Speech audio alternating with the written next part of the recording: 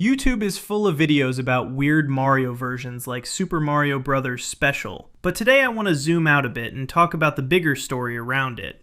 No, not the whole history of Mario, just a small part Nintendo probably left out of the official book. If you're not familiar with the background, Hudson Soft received a pretty unusual license from Nintendo to bring some of the early Famicom games to Japanese home computers, made by companies like Sharp and NEC. And the strange part is that Hudson didn't just port them to powerful machines. They also released them on very modest computers, like the PC-8801, which was roughly something between an Amstrad CPC and a ZX Spectrum in terms of hardware.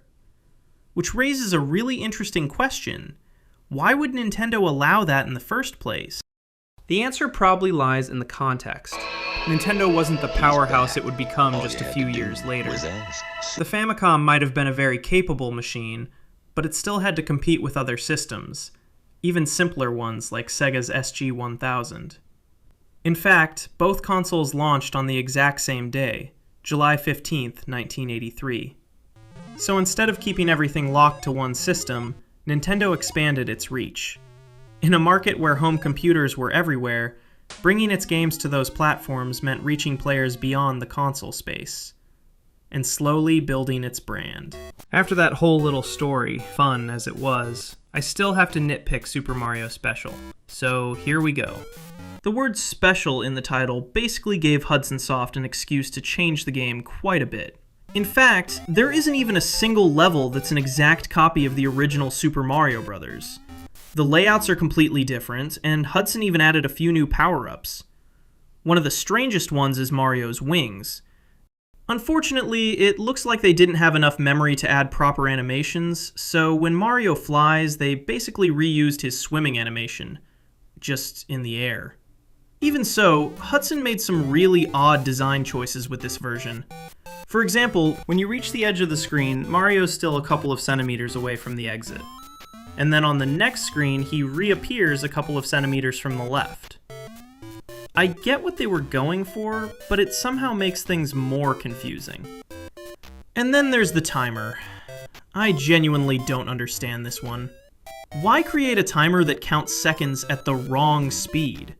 At that point, wouldn't it be easier to just use a bar that doesn't display numbers at all?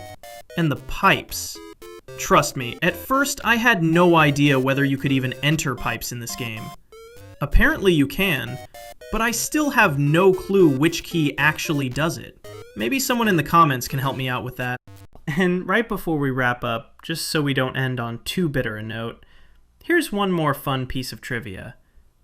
Hudson Soft didn't just release Super Mario Bros. Special and Mario Bros. On Japanese computers.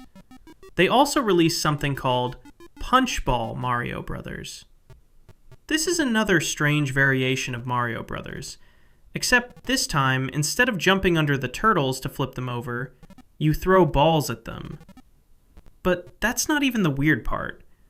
The official story behind the game is one of the strangest things I've ever read. Possibly even stranger than the old Nintendo game books.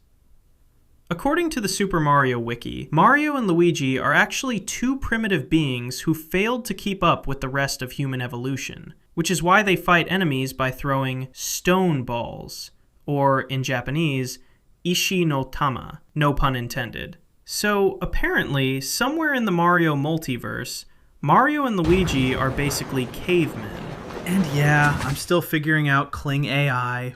I hope I didn't traumatize anyone too much.